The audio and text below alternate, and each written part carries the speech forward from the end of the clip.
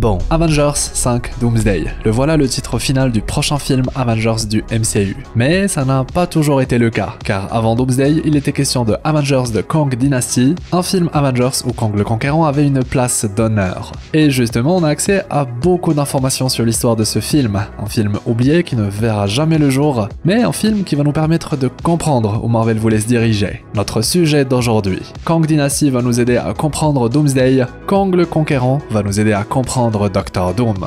Sortez vos costumes de super-héros, installez-vous confortablement et explosez le pouce bleu avec le gant de l'infini. Je suis HeroesF et aujourd'hui on découvre comment le script de Avengers Kang Dynasty révèle le nouveau film Avengers 5 de Marvel.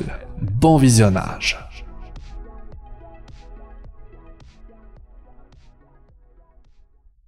Avengers Endgame sort et le succès est phénoménal. Mais très vite, Marvel décide de relancer une nouvelle saga, et qui plus est beaucoup plus grandiose. Plein de films, plein de séries, des spéciaux Halloween, d'autres pour Noël, bref. Il est question de beaucoup de projets pour une saga multiverse, pensée comme folle en possibilités. Ils ont alors besoin d'un super vilain à la hauteur d'une telle saga. Mieux, ils veulent l'incorporer dès le début, et montrer son évolution en même temps que celle des héros. Et leur choix sera porté sur nul autre que Kang le Conquérant, soit le personnage multiverse par excellence. L'objectif est clair, faire de Kang le nouveau Thanos, et par conséquent tout va être construit autour de lui. Loki, le TVA, le multivers, Avengers Kang Dynasty, puis Secret Wars comme conclusion, on va manger du Kang et à toutes les sauces. Ça tombe bien, la menace qu'il représente est aussi diverse que variée, et très vite l'accent sera mis sur cette diversité. Gagner contre un Kang devient alors insignifiant tellement il en existe, tellement ils sont à la tête de tout, et contrôlent jusqu'à l'essence même du multivers. Sur le papier, la menace est gigantesque, du jamais vu, et on ne parle même pas du personnage de celui qui demeure, un Kang un petit peu unique en son genre. Arrive alors ce qu'on va appeler la période de chaos créatif chez Marvel, avec des projets réécrits, films qui ne fonctionnent pas ou pas assez, un planning instable, et surtout le scandale Jonathan Majors, qui rend impossible le maintien de l'acteur et donc le vilain qu'il incarne, du moins tel qu'il a été pensé au départ. À partir de là, tout s'effondre, ou presque, on va y revenir. Avengers Kang Dynasty est abandonné, les scripts sont modifiés, et Marvel doit repenser sa menace principale. Et c'est là qu'un nom s'impose tout naturellement, Doctor Doom, qui selon Kevin Feige, la tête pensante de Marvel Studios, était déjà prévu, mais pas aussi vite. Avengers Kang Dynasty laisse alors place à Avengers Doomsday, un nouveau film Avengers 5 construit de zéro, ou du moins c'est ce qu'ils veulent nous faire croire. Car la réalité, c'est que Doomsday est né de Kang Dynasty, et donc que Doctor Doom est né de Kang. Depuis l'annonce du retour de Robert Downey Jr. dans le MCU, il semblerait que plusieurs personnes aient mal interprété l'arrivée de Doctor Doom dans le Marvel Cinematic Universe. Si en effet, le personnage est là pour remplacer Kang en tant que grande menace de la saga, il n'est en aucun cas question de supprimer Kang. En effet, malgré l'abandon de l'acteur et du film Avengers de Kang Dynasty, cela ne veut pas pour autant dire que le personnage de Kang le Conquérant est mis de côté. De plus, à l'heure actuelle, aucune annonce officielle n'a été faite par Marvel Studios concernant un tel abandon pour ce personnage. Mieux, ils ne peuvent tout simplement pas se permettre de supprimer le personnage de Kang, comme s'il n'avait jamais existé. Car, en effet, c'est lui qui façonne tout, y compris Loki. C'est lui qui a forgé Avengers Endgame. Certains héros l'ont même déjà croisé via notre variant. Et encore aujourd'hui, un Kang est présent au sein même du TVA. Kang le Conquérant est dans les fondations même de la saga multiverse. Et c'est là que ça devient très intéressant. Qu'en réalité, on découvre qu'on possède deux pièces très importantes du puzzle Avengers 5. La première, l'histoire de Avengers Kang Dynasty, qui peut nous aider à comprendre Doomsday. La deuxième, l'histoire de Kang n'est pas terminée, même si un nouveau vilain plus important va faire son entrée.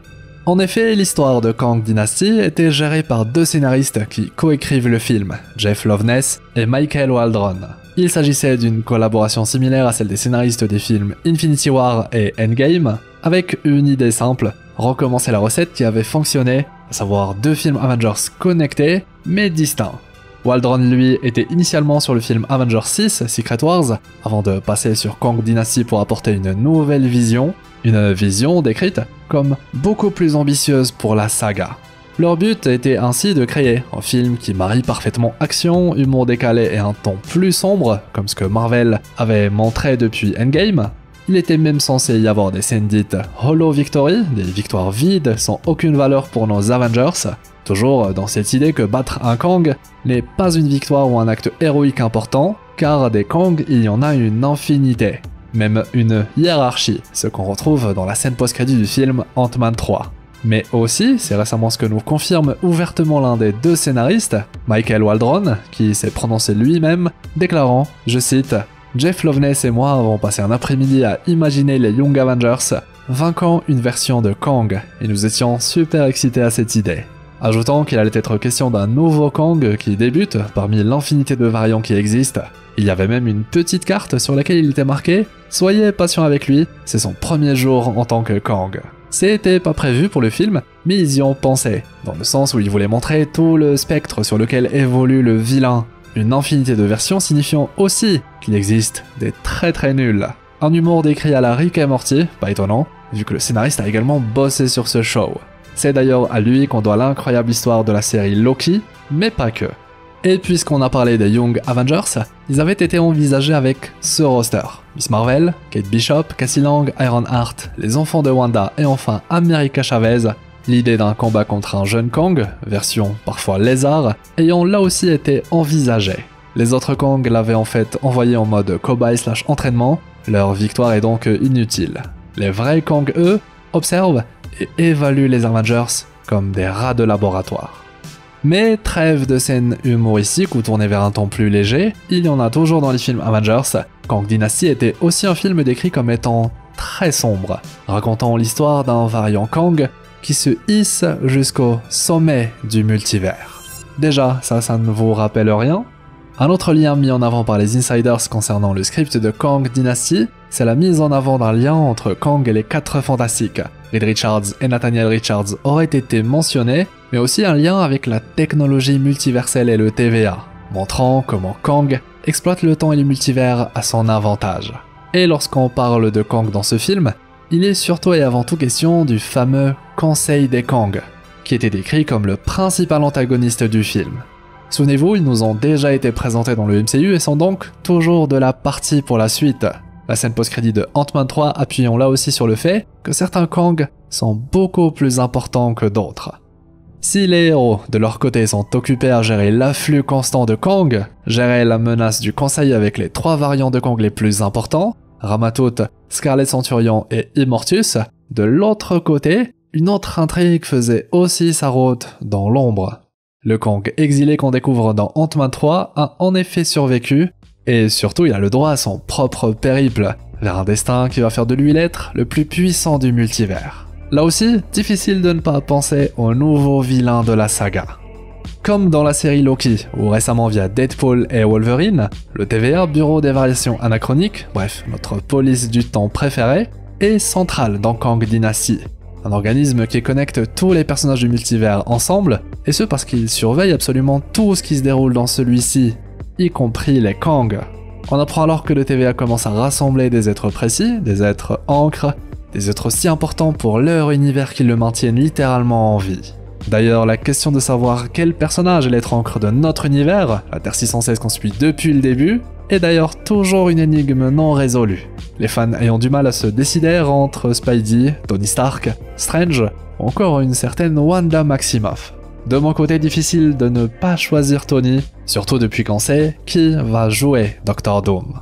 Parmi les êtres ancres rassemblés dans le TVA, on pouvait par exemple voir dans Kang Dynasty du Spider-Man, du Ghost Rider et d'autres personnages iconiques, car eux aussi avaient leur rôle à jouer pour défaire le Conseil des Kang. Mais le plan du TVA est présenté comme voué à l'échec.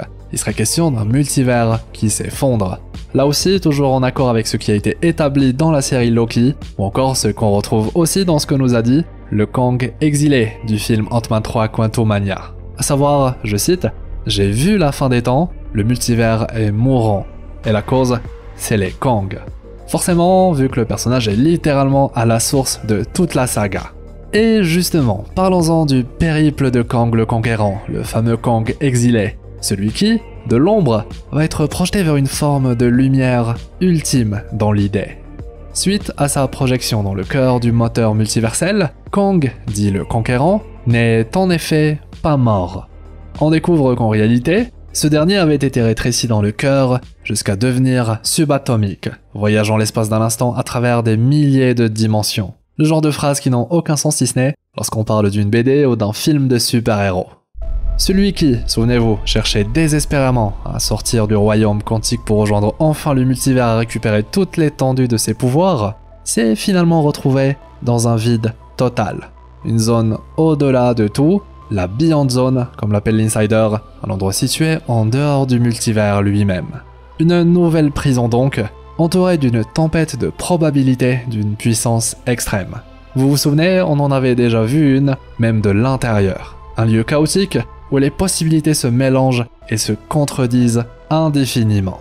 Kang le Conquérant finit alors, tout comme Ant-Man auparavant, par arriver dans un espace où il existe en une infinité de versions. Et ce ne sont pas des variants, c'est lui, simplement lui multiplié à l'infini. Désormais il doit affronter sa propre existence, une sorte de combat intérieur littéral que cette histoire nous permettait justement d'explorer. Petit à petit, on commence à se rendre compte que ce Kang est passé par les mêmes étapes que celui qui demeure, qu'il avait fini par comprendre que la seule solution c'était de s'éradiquer lui-même du multivers. Il doit détruire la dynastie des Kang, et très vite, avec l'aide de ses clones offerts par la tempête, il avait de quoi se frayer un chemin vers le multivers. Déclarant ainsi la guerre à ses variants, se dressant là où était avant lui celui qui demeure.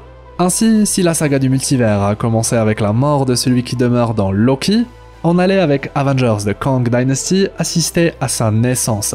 Du moins, c'est l'interprétation que j'ai d'une telle histoire, une version d'un film qui ne verra jamais le jour. Par contre, une histoire complètement en accord avec ce qu'on avait découvert dans la nouvelle saga.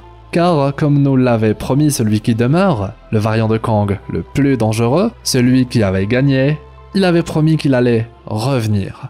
Un Kang parmi tous ceux qui existent était destiné à devenir celui qui demeure façonnant, une nouvelle fois, le multivers à son image. Et là aussi, je suis désolé, mais n'est-ce pas là le périple, le chemin que va emprunter Doctor Doom? Car voyez-vous, dès le début, celui qui demeure vu dans la série Loki est inspiré du personnage de Doctor Doom dans les comics. Il est sa version God Emperor Doom, adaptée au MCU. Sauf qu'ici, le MCU fait l'inverse, en donnant vie à un nouveau vilain pour sa saga, un Doctor Doom qui, à son tour, va marcher sur les pas de Kang. Bien sûr que son histoire sera différente, que le voyage et les motivations peuvent changer, mais le résultat, lui, difficile de s'en écarter lorsqu'on parle d'un nouveau vilain qui souhaite, comme Kang avant lui, réécrire le multivers. Et c'est là que le film Kang Dynasty devient des plus intéressants. Et je dirais même le sera encore longtemps même après la sortie de Doomsday. Car en effet, il sera le reflet de ce que sera Avengers 5 mais aussi sa suite, Secret Wars. Kang Dynasty est la base sur laquelle les nouveaux crossovers Avengers vont être construits. Comme un Battle World créé de fragments d'univers différents pour donner vie à une nouvelle réalité, le film Avengers 5 Doomsday et Avengers 6 Secret Wars seront construits de fragments d'un film Avengers oublié de tous.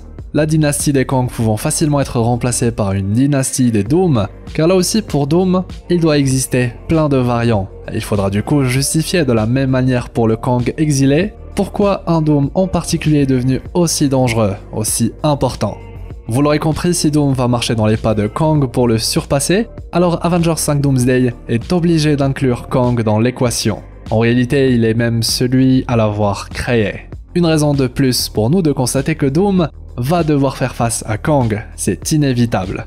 Que le MCU décide ou non d'expédier l'affrontement, Doom et Kang sont depuis le début les deux faces d'une même pièce. Même s'il est difficile de croire ce que Kevin Feige disait, comme quoi Doom a été prévu depuis le début. Ainsi, ce que nous révèle Avengers Kang Dynasty, c'est avant tout une sorte de crise du multivers, à laquelle le TVA va en premier lieu tenter de trouver une solution, avec une envie de réutiliser le concept des êtres encre. Ensuite, il est question d'une menace atypique. Fini le vilain version Thanos, seul, muni d'artefacts cosmiques. Ici, il est question d'une menace sous forme de conseil. Le conseil des Kang, qui dans Doomsday peut être remplacé par un conseil des Doom, ou même une équipe créée par Doom pour mener à bien le plan Doomsday. Ensuite, l'accent peut tout autant être porté sur l'humour que sur une facette plus sombre de l'intrigue. Du moins, c'est ce qu'expliquent les co-scénaristes du film Avengers Kang Dynasty. Quant aux motivations de Kang, qu'elles soient en rapport avec une perte qu'il a subie, ou à la réalisation que le multivers dans son état était voué à disparaître, Doom pourrait là aussi convenir à la description, jusqu'à se présenter comme le sauveur d'un multivers mourant et profiter de la situation pour se hisser là où était avant lui un certain celui qui demeure, réécrivant une nouvelle fois l'histoire du multivers. Enfin, on parle d'un variant vraiment unique qui doit faire face à un périple, pendant que les Avengers, eux, sont occupés à gérer des menaces plus mineures dans l'idée.